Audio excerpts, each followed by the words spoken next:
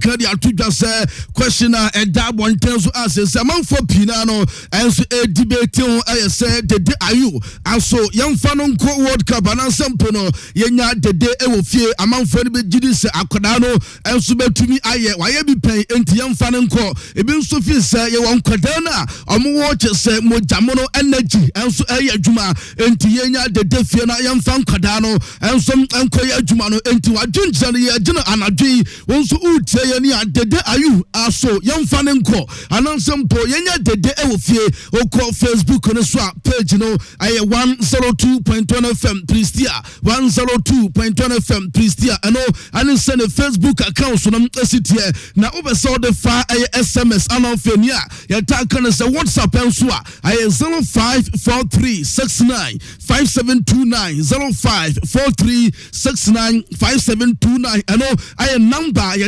adwuma anadwe ache so betima che wadwen enso edia fa de ayo edibeta ano enso ekoso na yebebansam no so enche bia hye no so sanadwe ye wo games ne bia ano enso ebaso ache se okọ Premier League ni mu a yedem sam ne week no enso todwa na game ba kwa so far akam awasam todwa ne aye se Tottenham and Crystal Palace game no ano so baso na nwatwe ya mo ana sa game no todwa ye ko aye France Coupe de France no so no aye game back na akam simatu and some part no watwe na say 10 minutes after 8 no Olympic Lyon and Lens and Super Bowl we aye games aye hwedem say ne anom and Super Bowl abaso hunsem no nyina no ya dem to dwana anwa anafe anano Tuesday ya dem say games outdoor p and so baso our Premier League ni ama say ni attack na some English Premier League no and so start take shape as they say no na na come the table no and so to so ama wa e mo ya den e my teams ne bi na men fon to dwa anopano na kai some the table no nso maamo na reporters say eba and say Man City and aso system ne mo Manchester City for fi say kwabia so league no anom nso engage and am say omo another game I want some omo ball na so far Arsenal abo ni 30 matches awie aka 8 Arsenal was 67 Man City about 29 and over 9 matches also so over 16 and for Manchester United and so about 29 and also over 50 and 1 points or Tosuma Kumyensa Aston Villa Tosunai over 51 points Chelsea Tosunum over 48 and for Liverpool and so Timono and some 48 points and all I send you update in the city now Nyama Dona quite in League check crowdie and shut down and your concern because I am Man City and Arsenal and a Sebi Omanyam Amontoka and Tinka Asumia Toko Kwayemwa Nankam and Sassanete Semura and Sebi Enria and Hunamania na Giacomo Manchester United Chelsea Aston Villa and then Liverpool and Superman say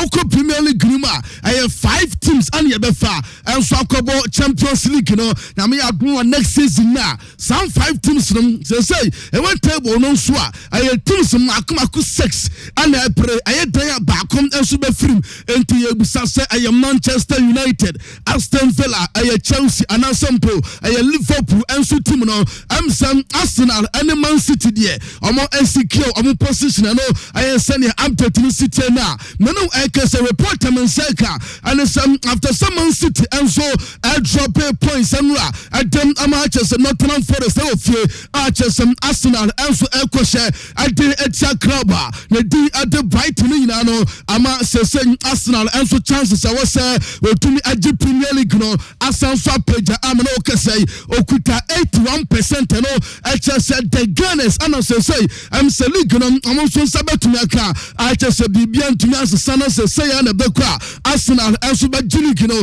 ama and so to me ayeye na ye hwe matches aka na say ano ana nana kwame at omoloko no enso atusui oko Arsenal match sanka I was some otu ebo ana for City enso games ano atunu aka Arsenal match sanka or Everton ebo nyame aduma na say the next match away ano chi ana say home na say Brighton ebedi nkaba and some crown and Everton game no and so to 20 Arsenal the next game on a Brighton and a Beppo away game and I work out Kobemsano and I'm okre edifri hono into the next match on Everton Elfie and no choba sambo bonim of Elfie now one come Man City Efie Hamzano and I'm on for some table bet my 10 because all of a sudden see Man City for them ajitum sɛ ɔmutumi hyɛ Arsenal a ɔmbɛtumi agye league no enti Arsenal ɛkɔbɔ Everton ɛwɔ home no asabɔ Bournemouth ɛwɔ home no ɛkyerɛ sɛ saa 6 points ne nyinaa Arsenal toto no ma yi a ne nsam nso bɛtumi aka na wakɔbɔ Man City ɛwɔ away ɔbɛsabɔ Newcastle ɛnso ɛwɔ fie na wabɔ Fulham ɛwɔ fie ɔbɛkɔ West Ham ɛwɔ away na wasan so akɔ Burnley ɛwɔ fie na wakɔbɔ ne last game ɛde tia ayɛ Crystal Palace ɛnso team no enti wey ɛyɛ game sakem at the amateur said the Gunners Arsenal and some Oboboko no yakɔ Man City a nyame yadoma am next game am the West Ham United enable away ɔbɛsa akɔ Chelsea nso de anom Chelsea ne bɛbɔ home na Man City abɔ away on Arsenal and so bɛbɔ ɛwɔ home ɔbɛkɔ Burnley ɛwɔ away ɔbɛbɔ Everton ɛwɔ away on Brentford ɛwɔ fie ɔbɛbɔ Bournemouth nso wɔ away and for Aston Villa nso no onom nso bɛbɔ fie ɔbra sa games no nso bɛtumi aba so Chelsea ma men fon to jasem akadana na di ade Joao Pedro enra boy ne adwuma pa na adwuma akadana ye no sabi edin sembo na ma men fon to jase reporters say Mr. Eka and say Chelsea nso team no jeba no sam akadana adwuma ono nso ye no enra jase what did DJ Drogba and some atonche baby ye in a sankom season I just so be also share and also all my goal contribution to do okay said DJ Drogba every be a trump come Onunsunya, I have 41 matches in total in all competitions. Our single season, my 16 goals. My channel first season, I make Drogba by 16 goals. And on my 8 assists. And so can now say 24 goal contribution. And a DJ Drogba and so the team no. Me can say offer Joao Pedro. The first season 38 matches and a wabo. Now some I can't 3 I am matches and Sunway matches. Ora can say Drogba and so boy one way 16 games in all competition and one way 9 assists and so the account and 25 goal contribution and a boy and so to many as say and also take over from Ora the D added DJ Drogba I won the first season now Chelsea say boy no that's what contractor emudo na we no the say omonto akwadana katriam and not just say be extending a contract number omujidi say boy no madinuma obono deserve better now boy no je 170,000 pounds every Friday nyame admo na obaje edem agunibo tom that Chelsea for no say omonto say sikanim and as odi 125,000 pounds omonto 50,000 pounds so Emma akọ 175,000 just akọda no omonto na katriam and so edi amore san say juapa na akọda na ye no na yanko Chelsea so manager no and some so Orana ne di ate Rosania ekasa ina me kaisa no pen but then come up and so at the man of a catch or say coach in the 2 just saying minimum crane of born in some at the man and Quadano Amaya Juma partner Jobeswa can say to be honest not game and your game at that from resource I am very good now or did say performance and also no not sabim and also I kema Nanka Chelsea bet much more looking at the quality and of performance of Bobo Kono Nanka goes bet my dorsal power. Now the rest what can say boys you know I just so be on your chance and so a corporate you know some na outstanding Chelsea enya penalty nanka was a referee at the Chelsea team no best in there onim tenta center referee no and so to man some penalty now from Chelsea and so team no now the rest what can say high intensity and energy at Chelsea at the share game no omo deserve say 3 points and amon saka you know amon saka Chelsea manager Rosinia Ekasai Yentiano. Liam, a really, really good result. What did you make of that one? Very good result, a very good performance. We could have even had more, which is scary when you think about the quality of the team, the importance of the game. I felt even in the first minutes of the game, even though we got a goal down, I thought our general play was very good. And yeah, Joao Pedro gets the goals, but I thought from every player that set foot on the pitch today, I thought it was an outstanding team performance. We speak all the time about positive reactions. Not just that, I thought we had a clear penalty. I don't know how it's not given on Reece, but for the players to keep playing the football that they did, to play with the intensity and the energy that we did, I thought it was a fully deserved win. Okay, NT Chelsea manager Namote say wadene nsam anso tudwa Vela enso kuta former Arsenal coach and di Unai Emery na ono nso kasai ebusa no say ano se ho game no ana die ana nkoya enam so Aston Villa eluso e wo fie ano se Chelsea simple ana nsentwene ne sen okay send ye Chelsea a de opote and Chelsea yam esimu kwai amantuni enjoy game no mantuni adapt ye ana coach ne dey to be honest na sabi Aston Villa compete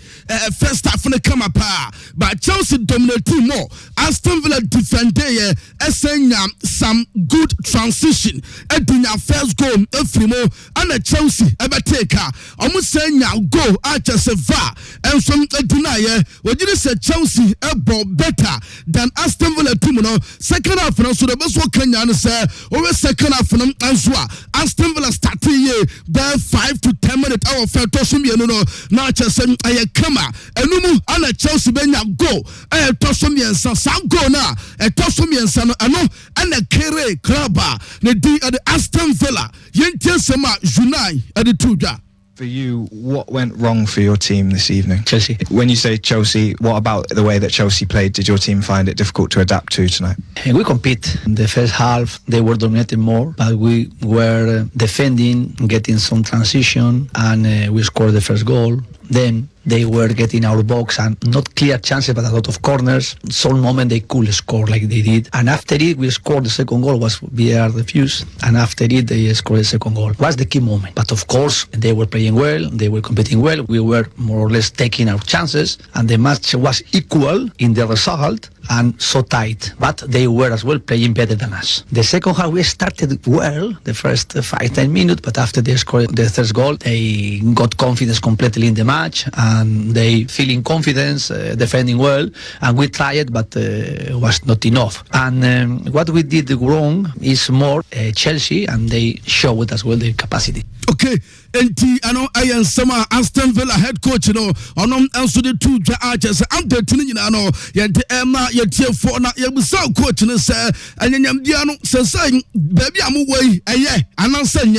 I'm coaching the two just to be honest. Okano cry Aston Villa. I was in a bad moment. Archers no man because of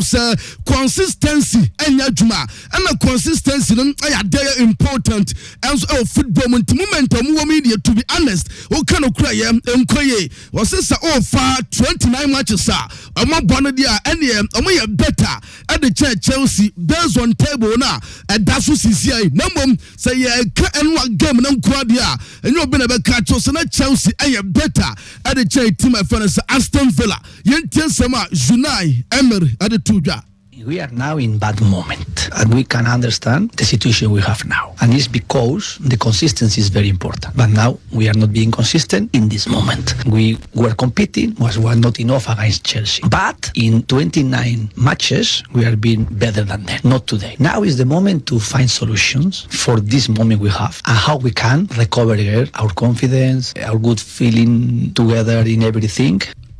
Okay, NT, I know I am some coach, at them to young back to Chelsea now. Men found to Jamukai Chelsea game before. I had this game on my men found to just Brentena, the D at the Neto, our Arsenal, and I said Chelsea, Arsenal game minimum of a red card. Now, some red card reporter men say, can I say, I did disciplinary committee, and some charge Quadano our unto. Yamia Duma said Thursday, sir, and Tuesday, South Quadano. enso betimi abayi na no sempo odifo anan sempo no odibem sa akwada no enso ntimi anya sempepa bi anka nche ne a ye kene sem ye league board no enso mpanyimfo a obenya suspension enti de mensai kan se nyame ya aduma Monday 9th of March and I was boy no dinner response enso ko alchesanom ayensem aneto enso red card okonya ye ade ewa Chelsea wabrana omonso budget Arsenal no ye dem to dwana akwada bi apie wosina kan adema Bournemouth ne di ade Tyler Adams onim bone bopa na demensai kan se boy no aye target adema Arsenal amanfe Manchester United Liverpool and Chelsea nyina no enso dim akwada na chi na reporter men say kan se sem oye team na tumi akeka won sase kakra na tumi nya be 40 million pounds now the co Bournemouth on betima som e ma akwada no enso abaje panie asina kan na de ma saltu no aye reporter men say ka yemfiri aye Chelsea na yanko Manchester United enso bobo mo medin kan dia to do say Bruno Guimaraes wosina kan atma Newcastle na ono na Casemiro aso ne nsapeja e dia kowiem sese one ho a daachi bia no Manchester United enko fanemra na yerim say Casemiro enso beko after the season me catch us boy no enso de atumpen fonanim senkonya ya enko best e Newcastle na enso Manchester United e team dia chance na ba once and some medium entim abai o manja na na nkwa na se o ma hade pa asa bayo bi atiahwe abrante bi dom na se bi bema no abafie no de betu da se o mo dihie mo chese mo babai me be se na ware no okuta na snap ehye na motoam na abusa panyi anasem to ba no ensom apapa ebusa oba ne se me dofo pa me ba asimasi de ensabo na menye obane timi hwe ne papa nim sawa se da wanye a wahame adebeche na antena ensu di asem na just wahame no asa kowie antena ho na mamfon to just boy ne say on de nkobenya na nkam Newcastle ensu jai na mana kobone ball adem ama Manchester United etim no na reporter men say kan say for now yes Newcastle for no say boy ne be say okwa omu nsi ne kwan nombom just a teamer obetime something not less than 100 million pounds won't interest Canada pake omonfa sakada no enso madomu guso acha say ya monitor ba matese anadua Man City enso atete ho ana Paris Saint-Germain enso tete ho ese Bayern Munich enso tete ho ana edu ba bi krani esate se answer model the phone sunya ombetima fakwada no atena ko na montei Carlo Ancelotti and Thomas Tuchel and Como be enwade batches anopeya na aye no kure Manchester United for no ayo madwin senka sa two coaches emu baakom ane ebo season hwia enko betimi abetake over adem afima ke Carrick ensonsem nanka Carrick aye assistant coach na yesitu aye coaches na no obia communicated yama Manchester United send on to me nyaduma because okọ Brazora enya dia Ancelotti I na to say after World Cup obeja tumane ho enam okọ England so Thomas Tuchel wa extending the contract no and some of the matches that 3 Lions no I reporter men say Mark Carrick I manager at Man United na ono enwa olusu the first game ewo eye league ni mo entema aye bo wo kwa for the Newcastle obefa Newcastle and as Manchester juma no enwa ane da eno mankoye aje so kolusu ye na ne kaisa no pay medema some karekase jobetima kan say looking at and the way you boys no ball no or jutum say eno mankoye nanka boys ni betima bomo looking at performance mo dinka putu Man City ba no waje Arsenal ba na waje Tottenham nom se wonu didi nkuruma odo pina the best one can say oye nipa na tiwias na ompanokra ha dwene ye pa no kra no say yemfa asedano fama aye Newcastle omu deserve sanwa omu team sham Manchester United na aye difficult and unfair was say disappointed sanwa eno mankoye na Carrick ekasai Well, your first defeat as Manchester United boss against Newcastle's 10 men. Did you expect more from your side tonight? Yeah, we're not happy with the way we played the game tonight. I think it was the way the game panned out. I think we had in our hands largely, but credit to Newcastle. I thought the way they approached the game, I thought we knew it was going to be a tough game here, but we navigated the game to be in a position where we felt we should kick on, and we didn't really. So, yeah, bitterly disappointed. Okay, enti ano ayen sama manke Carrick so no wade atu dwa na de tosumie no Carrick esansom ekasai na on say amanfo bi watirimopo any perception bi say Manchester United be say otumi shana no wa sheded the red card 10 against 11 Manchester hunu so Everton at the 10 against 11 ebe share Man U Old Trafford ya the 11-11 ekote ya ho enra almost saying a red card. Bobo Crefon is a castle and a red card. Yan to me and share almost say a 2-1. Now, you some coach this. I know I had just a tricky at the Manchester United. I don't say, and you know, credit somewhere. Red card na Newcastle na you know and the man almost share Manchester United na Manchester for the new team senra na mianum Ukrainian oma moshe and performance na nye o kase red card na kwese bia e sasa any duabo bia da Manchester so yentuntum ankoye Newcastle e deserve senra almost share Macho aje 3 points no. Why can it be so tricky facing a side with 10 men? I don't think it was the 10 men. We just didn't play good enough tonight, so we can't make any excuses for that. We all take responsibility for that, and we know performance. It wasn't character or wanting to win or anything like that. It's easy to throw that just because you don't win a game of football. Just general things, the quality, we weren't there, and credit to Newcastle. They deserve to win tonight, so it hurts me to say that. That's how it was, and we need to get back to working and be better for the next game. We don't like losing games, but we'll be better for the next one. Okay, enti Manchester United coach na motes wadane some other air to Joao yanko goalkeeper Sunny Lamens so say yeah cut the best goalkeepers of one assassin so and I say one of the best untumen kanyi Sunny Lamens and Fensinche enwa enoma nkoye boy na say de betumi aka and say Newcastle for the juma pa na ono oye disappointed and Manchester United team no omo bananka so omo say game the bad day first half nyamiadom omunya 1-1 omo ko dressing room na omanim ayesede na omo ko do dressing room coach no etu omo fo ewo ne omo say match no afei dem bad day pa entimo ko no monko amadwuma ye but office in all aspects enra na Manchester aye down eno na man no man antumi ankoye yentie Sunny Lamens Macho goalkeeper no. How are you processing the result right now? It's a really big disappointment. I think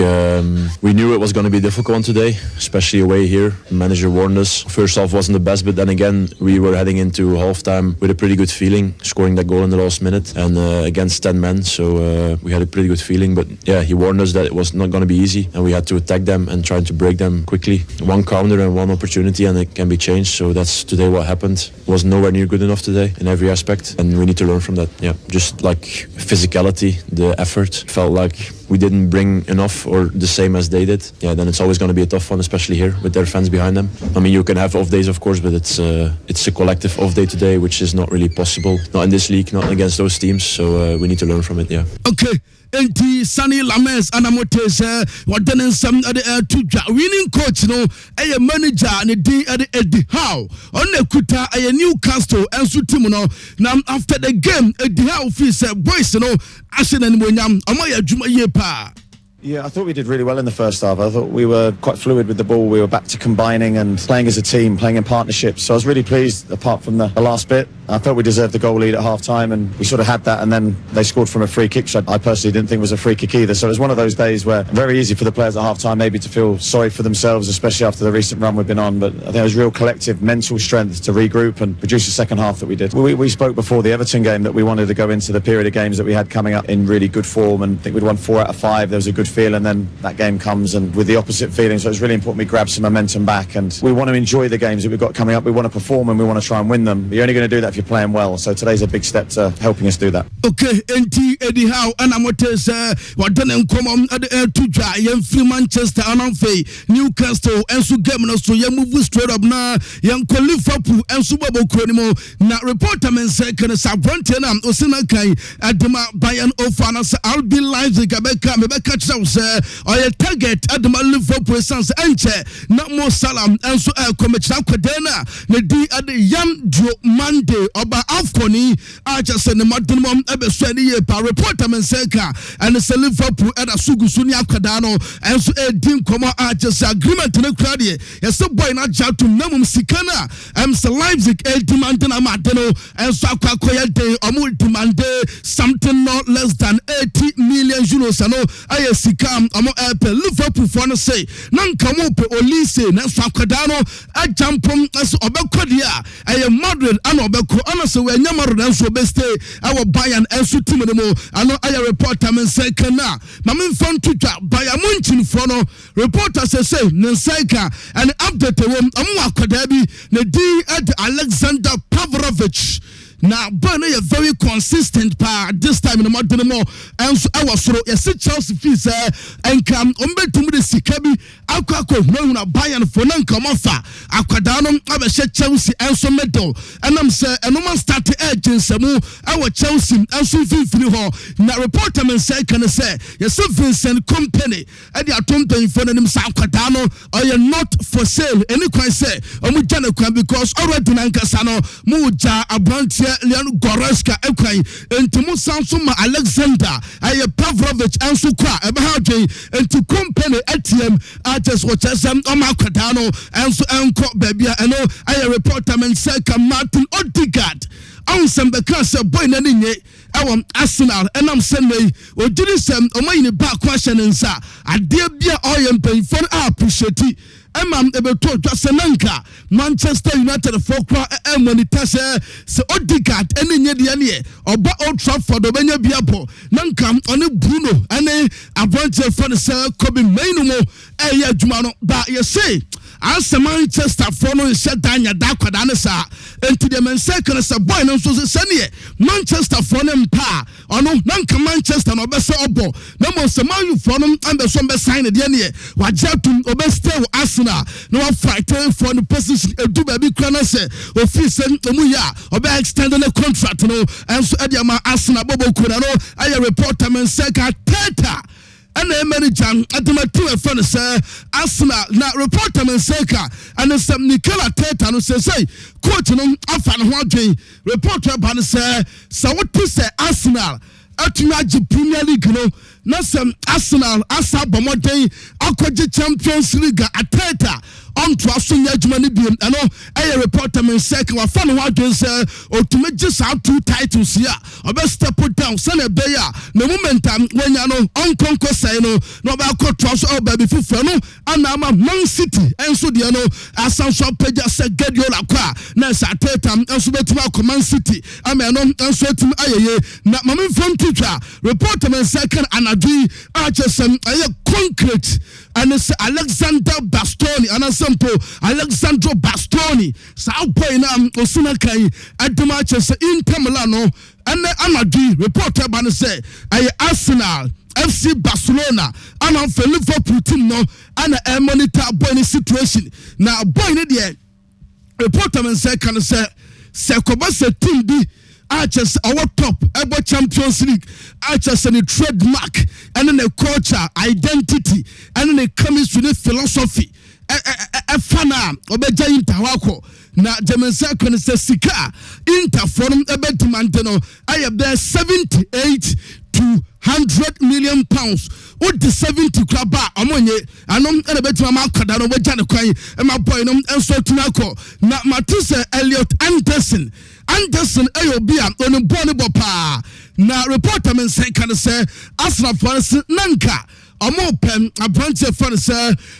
Carlos Baleba Number Brighton for no emergency sicano daji de mudo enti ene Elliot Anderson ana say the sam amodene basene beya if next season at the corner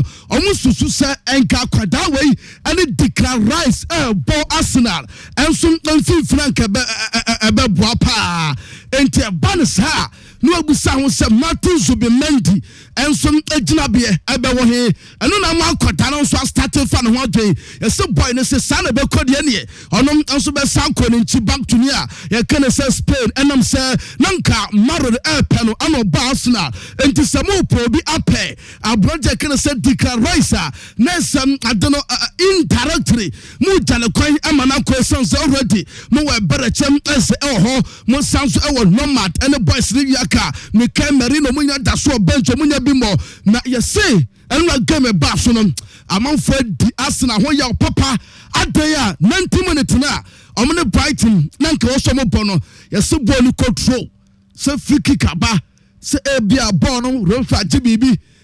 goal kick corner kick yes Arsenal okay cut time omu delay ball mu a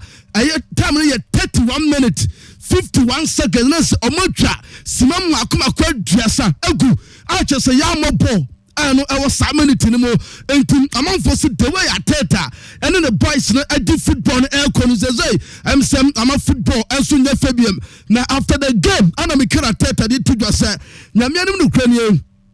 game na air day pa looking at the way ya Bobo Kwefan said Brighton approach game no na on the official the boys no and I was da and soko at the moment ateta enzemni. Mikel, congratulations. How pleased are you to tick off another difficult away trip with 3 points? Yeah, this was a really difficult one, and everything that we've been through in the last few weeks as well. We knew it was going to be a really, really tough test, and we went through it. Every game in the Premier League offers you different things, and in relation to the context that you face as well, the moment of the players as well, the issues that we had even with the players that started. So big credit to the boys because the effort they put in is astronomical. I think on the day there are certain things that we have to do better, but the commitment and the desire to win that they have is incredible. Ateta na mote se wodene nsamuno ensom na de to dwa na Bukayo Saka ebo on game number 300 Edma Arsenal and Yabusa Teta Sena wakoda no record awaye nie Sena Teta credit and was only some boy now bought as many as 300 games and Sana Tedia and Oboboy na baso ne consistency level awosoro ana nyo no nko a obia o Arsenal bia onya kwan ehye Arsenal jersey ekwa park ne so no e make sure at the end of the day obeche ne bobere. What more can you say about Bukayo Saka? 300 Arsenal appearances tonight, and he marks it with a goal he almost made his own luck for. I didn't know it was that many, but at his age, it's just incredible what he's doing, the consistency that he's showing. Yeah, it's a pleasure to have him. Again, the commitment of every player, it's unbelievable, and that's the reason why we do what we do. When you look at the other games and the margins and how difficult it is to beat opponent in this league now, it's the reality, so we have to face it. Enti Mikel Arteta na motese what the sound command enso to jana yenko a Premier League of the month and say Premier League a player of the month of February mo nominees no enso tumi ababonten asat ene anopay ade ba chese we ana sa list no enso tumi eto jana omfa a Victor Jokeres awosina kan adema Arsenal enso team no omfa Nico Orere awo Man City omfa Antoine Semenyo Benjamin Sesko Van Dijk anamfe abronte Dango Watara way anem amante makumako ensia a chese nyame adoma mbeto ba yi ba ko se aye play of the month of February abesini kono ne madenum enso ani na uko coaches no so a amfa Pep Guardiola Michael Carrick anamfe Andres ni coach adema Brentford anamfa Anasrot enso ka ho na Man City manager no aye Pep Guardiola eno ma nkoye otena fiabo 2-2 and some editor club and Dino and so the Nottingham Forest na anopay me catch some say Pep Guardiola sina resource na nyadea na sabin yensentie Guardiola once again. Pep, how do you reflect on your side's performance? Yeah, disappointed for the result. We did everything. Again, we didn't concede much, and yeah, we had the chances at the end, especially, but during the game as well. But yeah, keep going. We just spoke to Bernardo, who said the players need to do more. What more do you feel that they could have done tonight to get the 3 points? Well, always they try to do the best when you see how they run, how they do it. But yeah, of course, and the game at home, and the moment decisive of the season is important, but keep going. So we don't have time to look back and look forward. Okay, enti Pep Guardiola la mote se wadenen some to after some normal and so to me ankoye na coach na okosai sa mama no aye Victor Pereira on the coach at Nottingham Forest na coach no say enye easy so be ko Etihad akofa 1 point e de tia owura na din at the Guardiola wabra Man City and ebofie. Vitor, a draw for your side here tonight. How do you sum up that performance? It's not easy to play here against City with less 1 day to recover. But in the end, we play a good game. First half, a little bit more defending, but we create 2 big chances to score in the first half. After goal, we start in the second half to understand the spaces that they concede to us, and we score a good goal. And after a good second goal, we know that they will try the far post. But in the end, I'm happy with the spirit. I'm happy with the performance, and the future very positive to see our future together. Okay, enti Victor Pereira anamotese wadenen semnom enso edi tudwana yemfiri wana fe yanko championship nemo reporter men say kanazam say championship ye born in England there was a teams ni be qualify enso ba aye Premier League proper no ye bo season here na say 2 teams Barca be the first Barca be the second no munyina ma qualify na fe teams makoma nan a just say twaso de beto so third de beto so fourth de beto so fifth and afei ne beto so sixth na ya fa sa 4 teams no makobo playoff first leg ni home and away mo bo wi 2 teams be qualify na dem ko Wembley ni akobo na ba ko so ba Premier League ni mo meeting enso akoso ne ema championship empen for no say nyame ya duma next season 2026 aye 2027 ade kono yes 2 teams na mo be din kan atop group no automatically mo qualify to say the tete no na tie na but this time there on be ma teams na koyem makomako 6 Emma Yabo home and away sound you be qualify you be film next year sounds another one nurse oma babe ball play off with 2 teams just so top no ni abenya 2 ni akwa ball final our Wembley na Barca enso qualify and instead of 4 teams na ball play off and benya 6 teams no report men say kana na me front to them ye could Spain na head coach no Luis de la Fuente na de la Fuente ana ekasai on se na nse mo nse Dante Lamine Yamal enso ho asem dem because boy na sesan do baby na indiscipline unya timi ko fama ko shedem na chese wa pam obi asem obi afa camera enso ensiwo na sabi odimere wa foyaji entade akese ne chance akese oba social media no so betoto ayampia na amanfo pi na hu se emsa kwada na sesan ena refer said de la Fuente de to say I dear na ni agye ho pa because boy no ache sam power Macho enkane na sabi oya kwada entina odwen te san kwada boy no ache se na adwene mu edopa na de beso kana san kwada no ayo bia say subaya wafa no ebeboa boy na nkasa na sabua Barca na fe asabua Spain wabra omo eko World Cup enti odene nyam yes san kwada no enso woni se na onam kwampone so na ni kwasem otumi Sati bi enu ne watumi agedi atum na finally sima say the because of tututuo and said ye wiem enso ayese Israel ewofa Iran ewofa ana Donald Trump ene nkofo enso wofa na edin sampi ana about Kokata and ada Arabian countries na awon sonyo ama no kase nanka kata ana finally sima no so baba so ena no kase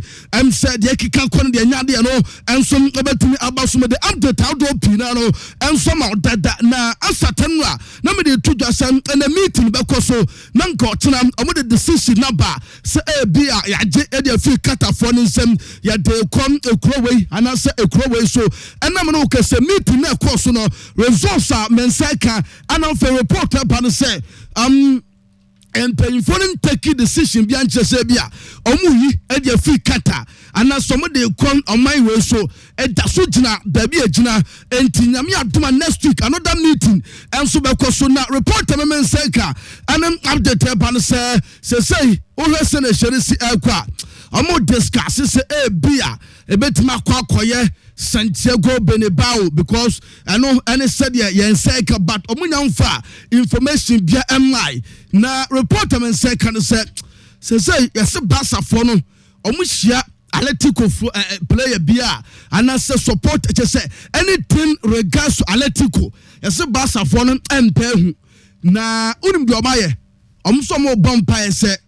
Atletico betima hye Tottenham na oma qualify Nanka Barca and so Newcastle. Our Champions League mo. Barca Atletico and Barca Beshia our quarter final. Almost come that Atletico for a tiwaki tuebi and come back with Sebi. Yabe one Catania Senino na penny suso and some etiase and Nantabo Panamonai and Anamonai to men can pay say the city but what tip than us and wouldn't be a patch there and Sana Yabe one Catania Senino na Odemamia Sona penny to Kono and it is so quabianim and so tiase and Tiano I am some of the two but Mamma from two Jana the reporter and second say actually, Omanko Bibia, I just am the catch of Anna Barca and pay for the Kwakoi. I need Pamia on Bedi and him near to Amoswaba coming 15th March for Barca presidency. Now, about Toronto, El Corso, reporter and say, can say, a Victor Font and a Laporta. And as I say, Omayo Musene, Omumejina, Yamia Duma on the 15th now, about Toronto and Sonkoso. Domasomo Kenya saying, Victor Font, new part to a co-sign signature, a support, 5,144, emu 4,440, and a valid, near canon, and your papa. And Laporta, so no, nipa 8,170, and a co-sign a submitted, emu 7,226, and a valid, and of a nipa went to me and cut-off point, I read for some Mark Sira. Na Maxira nipa 2,845 and a submit man 2,247 and a papa. Na reporter men second said Deco. Said Barca for the say common ground for now there and Joao Alvarez around person with Deneba because one Akadaniswa over 26 years as compared to Robert Lewandowski and a boy SIA committed sub Barca ball almost planning for the future and yes instant na so far Lewandowski then among Lewandowski say I say boy in Fiero and so I was sort when you're 30 years and I demonstrate can say boy nankasa na epra say do nyanti say na na kwa me Lewandowski amawa time am dressing a Barca ni utumi say Jesse ni fata ne papa na amanfo say Yakubu say okobedo na nso unya a just no update ya to ya command na me fan to just ya simaro for na start distinguish among the free Rodri I was seen kan aduma Man City pen for the piece born there onim papa na se preparo omuntumi omukra de dom so no omuntumi nso vinwe enti akoba se omu ye gyan akwada na chiridie a chese no edemenseka na Garubel say de entia okro aye Madrid da omuyi aye sabi Alonso edinom aye tiatia Alonso no ye na adwons on the tactics and come aye Madrid ahonso no ye mfa tactics nko boys no bia ni mbo enti okwa no wa ye ho akwada na odomu kodina na okrokro wamo na wo to sebi enuane mo mudi na omomo mame metamachi obi unsobi no bi nkan no afre you have to be a manager Madrid yenye coach wo ho entu na ba so Vinicius wo ye wa dwama yi afum ene da bia e pam da bia e pam ma akwa fie enti Gardo se no ntena makaro Ancelotti ene Zidane mo etim succeed ye o se no 2013 nankam or Manchester United sika man for the Barneson at the chain near can say Madrid but not David Moyes ene ho enti okwa back akwa archives mu e will say David Moyes onye kuru e biada na ofi Tottenham ontumi nyi kuru a na on sa akwa body ma coach on to many crew ade ne obekọ Madrid ano ana ma ojam ekosi na kan adema Madrid enchena me disima Dr. Teodoro aba na Maxi Allegri to Madrid no yes coach na ko kan ba bi sa ai ene esam obeba jese Amudu Luka Modric esaba be kan ho because on said that creative player on etimi creative just chances efa ball e show direction control just yana yekuta ball no ekobonkuma ekonifa enye kama vinga ne chowa ne de bia tei to na chese omu twaje yellow card dabi or Toni Kroos and Luka omu time ni bi na ose a short term omu fa no mebo one season na monitor na on system no so benyo bi enso abese good news and a second vinga enso a training there chese eni gisempa eduma timro chota Vigo obenya biabo abelowa aye interview ewa enti ye de besi na we se nyame aduma no pa no ye betietie abelowa enso interviewer etumi ababonte ebusu ye fancy ebrene de kopa ye de Dr. Teodoro the wonder Kane ewon komo edibe simadunum eno achi no destiny beba na ode exclusive abema na tiefo ye ne doctor entwetwe komo